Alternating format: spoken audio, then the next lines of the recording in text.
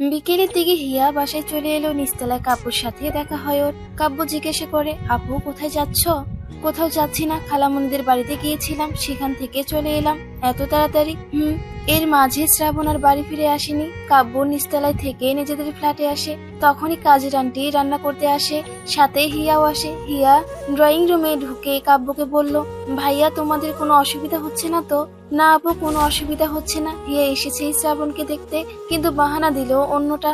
কাব্যও বুঝতে পারলো হিয়ার চোখ কি খুঁজছে। হিয়া কথা বলতে বলতে ভিতরের রুমগুলোতে উকি দিল। শ্রাবণকে দেখতে না পেয়ে মনটা খারাপ হয়ে গেল। কাব্য ফোন আনার বাহানা দিয়ে রুমে এসে শ্রাবণকে কল দিল। হ্যালো ভাইয়া, সন্ধ্যায় কি খাবে? আন্টি জিজ্ঞাসা করছে। শ্রাবণের যেন পাগল পাগল লাগছে। সকাল থেকে রাগ উঠে যাচ্ছে, কোনো জায়গায় থেকে রাগ ছাড়া ফিরে আসছে না। এখন আবার কাব্য। শ্রাবণ কাব্যর সাথে এখন অন্তত রাগ দেখাতে চাচ্ছে না। নিজের রাগটা স্বাভাবিক করে বলল, তুই যা খাবি তাই বল, আমিও তাই খাবো। আমি কি খাবো সেটাই ভেবে পাচ্ছি না, তাই তোমাকে জিজ্ঞাসা করছি। তোর যা পছন্দ তাই রান্না করতে বল, দরকার হলে ইউটিউব দেখে বল কি খাবি। কাব্য তাজ্জব বনে গেল ভাইয়ের কথা শুনে। সাথে সাথে বলল, ভাইয়া হিয়া আপু এসেছে, তোমাকে খুঁজছে। শ্রাবণ চট করে বলল, ওকে ওখানে বসতে বল, আমি আসছি। শ্রাবণ ড্রাইভারকে বলল একটু তাড়াতাড়ি ড্রাইভ করতে। কাব্য হিয়াকে বসতে বলল। হিয়া পট করে বসে পড়ল। ও এটাই চাইছিল। এদিকে আবার কাজের মহিলা রান্না করছে। কাব্য এই সেই কথা বলতে বলতে হিয়াকে বসিয়ে রাখে। শ্রাবণের সাথে দেখা করেই যাবে। ওর চোখটা চাতক পাখির ন্যায় শ্রাবণকে খুঁজছে। শ্রাবণ ফ্ল্যাটে এলো। হিয়া শ্রাবণকে দেখে উঠে দাঁড়ালো। কেমন যেন ভয় ভয় লাগছে হিয়ার। ফ্ল্যাট থেকে চলে যাওয়ার জন্য পা বাড়াতে নিলে শ্রাবণ ইশারা করে বসতে বলে। নিজের রুমে চলে গেল। হিয়া বসলো না, চলে গেল। কাব্য এগিয়ে গিয়ে বলল, আপু চলে যাচ্ছ কেন? আবার পরে আসবো। হিয়া মনে অন্যরকম অনুভূতি জন্ম নিচ্ছে। শ্রাবণকে দেখতেও ইচ্ছে করছে, আবার শ্রাবণের সামনে গিয়ে দাঁড়াতেও ভয় লাগছে।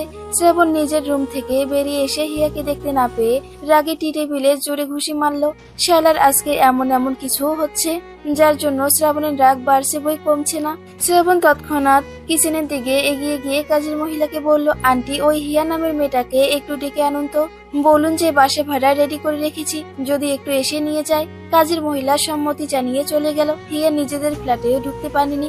এর আগে কাজের মহিলা ডাক পাঠায়। হিয়া আবারও উপরে আসে। এই ফাঁকে যদি শ্রাবণকে একটু দেখতে পারে। শ্রাবণ নিজের রুমে ঢুকলো। হিয়া এলে কাব্য ওকে রুমে যেতে বলে। হিয়া রুমে যেতেই শ্রাবণ বসতে বলল। হিয়া ঘাবড়ে গিয়ে বলল, আমি বাহিরে যাব। শ্রাবণের মেজাজ তুঙ্গে উঠে গেল। সকাল থেকে কি হচ্ছে কিছুই ভালো লাগছে না। যে একটু মেয়েটাকে দেখবে তবু সে নাকি চলে যাবে। শ্রাবণ এগিয়ে গিয়ে বলল, কোথায় যাবে? চলে যাব। শ্রাবণ থতমত গলায় বলল, চলে যাবে? একটু থেকে যাও, কথা বলো আমার সাথে, পরে বলবো, এখন যাই। শ্রাবণ ধমক দিয়ে বলল, চুপচাপ এখানে বসো, না হয় এমন থাপ্পড় দিব কানে শুনতে পাবে না। হিয়া চুপচাপ বসে রইল। কতক্ষণ ভেবে একটা প্রশ্ন করলো, আচ্ছা আপনি কি করেন? শ্রাবণ গলা ছাড়া ভাব নিয়ে বলল, আমি আবার কি করব? মার্ডার করি। 20টার মতো মামলা আছে আমার নামে। শ্রাবণ শেষের কথাটা ভালোভাবে বলেছে, যে কেউ শুনলে বিশ্বাস করবে। হিয়া ভয়ে চোখ বড় বড় করে তাকিয়ে বলল, আমি চলে যাই। হ্যাঁ হিয়া বসো। না আবার আসবো। বসতে বলছি বসো। আমি মিথ্যে বলেছি, পরে আসবো। পরে আসবে? হিয়াকে বলতে দেরি, কিন্তু শ্রাবণের থাপ্পড় মারতে দেরি হলো না। মেয়েটাকে সোজা ভাবে বলতে দেরি বেরি করে। একে কঠিন ভাবে ভালোবাসা বোঝাতে হবে। হিয়া গালে হাত দিয়ে ড্যাব ড্যাব করে তাকিয়ে রইল। শ্রাবণের হাতের থাপ্পড় খেয়ে হিয়া ড্যাব ড্যাব করে তাকিয়ে আছে। হিয়ার চাউনি দেখে শ্রাবণের মনে হচ্ছে অনেক বড় কিছু করে ফেলেছে, তবুও দমে গেল না। কড়া গলায় বলল, আমার সাথে এত জেদ করা যাবে না তোমার। হিয়া তখনও ট্যাসুর মতো দাঁড়িয়ে আছে। শ্রাবণ হিয়ার দিকে এগিয়ে গেল। হিয়ার গাল থেকে ওর হাত সরিয়ে নিজের হাত ছুঁয়ে মোলায়েম কণ্ঠে বলল, বৌজান খুব লেগেছে তাই না? হিয়া কেঁদে দিল। এই প্রথম মনে হয় ওর গালে কেউ থাপ্পড় মারলো। শ্রাবণ হিয়ার মুখে হাত চেপে দিয়ে বলল, এই মেয়ে কাঁদছো কেন? জোরে মেরেছি নাকি? বোকা মেয়ে কোথাকার। হিয়া কান্না থামিয়ে বলল, আমি আপনাকে ভালো ভাবতাম আর আপনি আমায় থাপ্পড় মারলেন। জেদ করলে বললেই তো মারলাম। হিয়া নাক টেনে বলল, আমাকে কেউ এভাবে কোনোদিন মারেনি, আর আপনি আমাকে মারলেন। আর একবার ভালো করে বলতেন থাকবো না আমি। শ্রাবণ গলার কণ্ঠ ভারী করে বলল, আবারই একই জেদ নিয়ে পড়ে থাকলে আর একটা থাপ্পড় খাবে। চুপচাপ বসো। হিয়া গালে হাত দিয়ে বসলো। শ্রাবণ এগিয়ে এসে ব্যাগ থেকে টাকা বের করে নিয়ে হিয়ার হাতে ধরালো। হিয়া জিজ্ঞাসা দৃষ্টিতে তাকিয়ে বলল, বাসা ভাড়ার টাকা লাগবে না? কেন লাগবে না? হিয়া মুখ ঘুরিয়ে বলল, নেব না। যার বাসা তাকে গিয়ে দিন।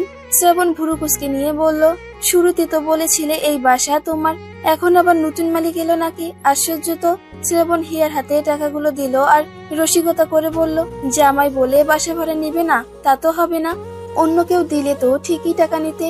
হিয়া টাকাগুলো নিয়ে উঠে দাঁড়িয়ে বলল, ঠিক আছে নিলাম, এখন চলে গেলাম। শ্রাবণ স্বাভাবিকভাবে বলল, ঠিক আছে যাও। হিয়া শ্রাবণের থেকে সম্মতি পেয়ে তবেই বলল, চলে গেলাম কিন্তু। ঠিক আছে যাও। যাবো? যাও। হিয়া রুমের দরজার দিকে যেতে যেতে ভয়ার্থক কণ্ঠে বলল, আমি কিন্তু 3বার জিজ্ঞাসা করেছি যাব নাকি, আপনি যেতে বলেছেন তাই যাচ্ছি, এরপরে কিন্তু থাপ্পড় মারতে পারবেন না। শ্রাবণ গম্ভীর কণ্ঠে বলল, তুমি যদি আরেকবার জিজ্ঞাসা করছো তাহলে সত্যি সত্যি থাপ্পড় মারবো। হিয়া কোনো কথা না বলে দ্রুত চলে গেল। শ্রাবণের যাওয়ার পরে তাকিয়ে রইল, অনেকক্ষণ ধরে হাসি চেপেছিল।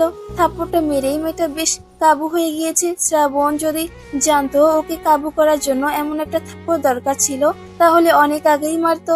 হিয়া ফ্ল্যাটে এসে নিজের রুমে চলে যায়। হাতে টাকাগুলো গুনে দেখলো, ও যে 10,000 টাকা বেশি চেয়েছিল তাই দিয়েছে। হিয়া টাকাটা আলাদা করে রাখলো, টাকাও নেবে না, কেমন ইতস্ত লাগছে। হিয়া 10,000 টাকা আলাদা করে বাকি টাকাগুলো নিয়ে রুম থেকে বের হলো। হামিদ শিকদারের রুমে চলে গেল। হামিদ শিকদার বইয়ে কিছু একটা পড়ছিলেন। হিয়াকে দেখে সাথে সাথে হিয়ার মুখপনে তাকালেন। থাপ্পড় খাওয়ার কারণে হিয়ার গাল লাল হয়ে আছে, যা হামিদ শিকদারের চোখ এড়ালো না। তিনি বই চাপিয়ে বললেন, কি ব্যাপার, আমার আম্মুটার মুখটা লাল হয়ে আছে কেন? হিয়া আমতা আমতা করে বলল, কই কই কি হয়ে আছে? এই যে আমি দেখতে পাচ্ছি। হিয়া হেসে বলল, কি বলবো, ছাদে গিয়েছিলাম, সেখানে একটা গাছের সাথে লেগেই এমন লাল হয়ে গিয়েছে, আর তার উপরে একটু চুলকেছিলাম। ও আমিও ভাবলাম তোমার আম্মু ধরে মারলই নাকি। যাই হোক বসো। হিয়া টাকাগুলো এগিয়ে দিয়ে বলল, বাবা এই টাকাগুলো উপরের ভাড়াটিয়ে দিয়েছে। হামিদ শিকদার কপালে ভাঁজ ফেলে বললেন, এত আগেই? ভাড়া কত বলেছিলে? 45,000। গুনছো?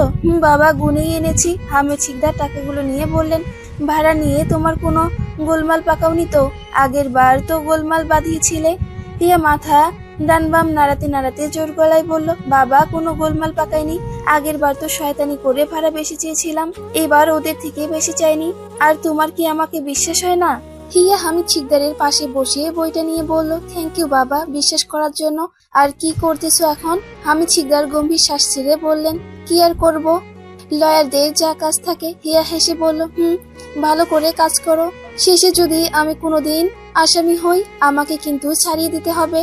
হামিদ শিকদার স্বস্তির শ্বাস ছেড়ে মেয়ের মাথায় হাত রেখে বললেন, কোনোদিন আসামি হবে না, আর এমন দিন আসবেও না ইনশাআল্লাহ। হিয়া ভাবুক গলায় বলল, হতেও তো পারি, তবে আমাকে কিন্তু ছাড়াতে হবে। ঠিক আছে ছাড়াবো, পাগলি মেয়ে কোথাকার। এখন যাও পড়তে বসো। আচ্ছা। সন্ধ্যায় ইফতারের পরে হিয়া ড্রয়িং রুম থেকে নিজের রুমে আসে পড়তে বসে। ঠিকই কিন্তু তার মন হয় শ্রাবণের কাছেই রয়েছে। হিয়া শ্রাবণের কথা ভাবতে ভাবতে মুচকি হাসলো। পরক্ষণে থাপ্পড়টা মনে পড়লো, সাথে সাথে শ্রাবণকে বকতে শুরু করলো। হিয়া সেই 10,000 টাকা একটা খামে ভরে রাখলো, এটা দিয়ে দিবে শ্রাবণকে, কিন্তু শ্রাবণকে দিলে বেশিরভাগ ও নিবে না, আর যদি থাপ্পড় মারে এই ভয়টাও হিয়ার আছে, তাই কাব্যকে দিয়েই পাঠাবে হিয়া। তবে এই সময় কাব্যকে পাবে কি করে? ভাবতে ভাবতে হিয়া শ্রাবণকে মেসেজ দিল, এই যে আপনি কি অ্যাক্টিভ আছেন? শ্রাবণ মেসেজটা মিনিট 5 পরে দেখলো, ভাবলো এটা কোনো মেসেজ হলো, ভালো করে বলা যেত না। না চিনি ঠিকই তো জামাইজান বলতে পেরেছিল, আর চিনেও এখন বলছে না। শ্রাবণ ফাঁস করে শ্বাস ছেড়ে মেসেজ লিখলো, এইভাবে মেসেজ দেয়? সেদিন তো না জেনেই জামাইজান বলেছিলে, আর আজ আমি এখানে এই যে এলাম, এইবারের মতো মাফ করে দিলাম। এরপর যদি এমন মেসেজ দাও তাহলে আবারও তোমার তুলতুলে গালে থাপ্পড় দিতে দুবার ভাববো না। হিয়া মেসেজ সিন করে বাগরুদ্ধ, এই তো সুজা থ্রেট দিচ্ছে। হিয়া এই কথার কোনো উত্তর দিল না। লিখলো, আপনার ভাই কোথায়? কেন, কি দরকার? ওকে বলুন একটু নিচে আসতে। কেন দরকার আছে? আমাকে বলা যাবে না? না ওকেই বলবো। ঠিক আছে। শ্রাবণ কাব্যকে ডাক দিল। কাব্য শ্রাবণের সামনে এসে বলল, কি হয়েছে বলো, একটু নিচে যা তো ভাই। হিয়া তোকে কি যেন বলবে। আমাকে? ঠিক আছে যাচ্ছি। কাব্য দোতলায় আসে। হিয়া মেইন গেট খুলে কাব্যকে সেই খামটা এগিয়ে দিয়ে বলল, ভাইয়া এটা শ্রাবণ ভাইয়াকে দিও। কি আছে এতে? হিয়া পট করে বলল, তোমার ভাইয়ের জন্য একটা চিঠি। কাব্য খুশি হয়ে খামটা নিয়ে উপরে চলে আসে। শ্রাবণ তখন পানি খাচ্ছিল। কাব্যকে দেখে বলল, কিরে কি বললো ও? ভাইয়া আপু তোমার জন্য একটা চিঠি পাঠিয়েছে। শ্রাবণ কথাটা শোনা মাত্রই খামটা নিয়ে খুলে দেখলো টাকাগুলো উল্টিয়ে পাল্টিয়ে দেখলো, কিন্তু কোথাও চিঠি নেই, পেল না। শ্রাবণ টাকাগুলো কাব্যর হাতে দিয়ে বলল, দেখতো কোথায় চিঠি। কাব্য টাকাগুলো দেখে বলল, ভাইয়া নেই তো। শ্রাবণ রাগে দাঁত চেপে বলল, বুঝতে পেরেছি ও টাকাগুলো এই ওছিলায় ফিরিয়ে দিল আর বলেছে চিঠি দিয়েছে, আবার শুধু এই ফ্ল্যাটে আনতে পারলে হয়, দেখিস কি করি। সাবিয়া চৌধুরী গভীর চিন্তায় মগ্ন আছেন শ্রাবণকে নিয়ে। ছেলে কোথায় থাকছে ও আল্লাহই ভালো জানে। আবার রিয়ার সাথে বিয়ে ঠিক করলেও রাজি হবে না।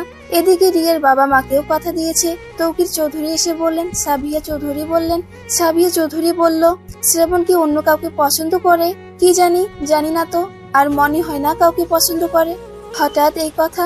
ও যখন কাউকে পছন্দ করে না তাহলে রিয়াকে বিয়ে করতে সমস্যা কি? তা তোমার ছেলেই ভালো জানে। তবে ও যাকে পছন্দ না তাই হয়তো বিয়ে করতে চায় না। আজ পছন্দ হয়নি তো কি হয়েছে, বিয়ে হলে ঠিকই পছন্দ হবে। কি বলছো, মাথা ঠিক আছে? আজকে দেখলে না কিরকম রেগে গিয়েছিল। এরপরে এই নিয়ে কথা বললে চলে যাবে। প্লিজ এগুলো বাদ দাও। কি করে বাদ দেব? আমি রিয়ার বাবা মাকে কথা দিয়েছি। কথা দিয়েছো? এখন তোমার ছেলে তো বিয়ে করতে চায় না। সাবিয়া চৌধুরী কড়া গলায় বলেন, যত যাই হোক বিয়ে রিয়ার সাথেই হবে। দরকার পড়লে ছেলেকে 100 বার বোঝাবো। কালকে ওকে বাড়িতে এনে আংটি পরিয়ে রাখবো।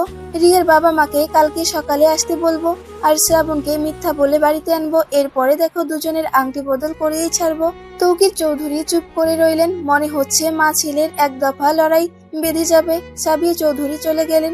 তৌকির চৌধুরী তার যাওয়ার পনে তাকিয়ে বিড়বিড় করে বলল, কি দরকার ছেলেকে ওই মেয়ের সাথে বিয়ে দেওয়ার? বলেছেই তো বিয়ে করবে না, শুধু শুধু ঝামেলা করা। আর শ্রাবণ তো বলেই গেল এই নিয়ে কোনো কথা শুনতে পেলে বাড়িতেই আসবে না। কিন্তু এই মহারানীকে কে বোঝাবে? উনি আছে ওনার কথা নিয়ে।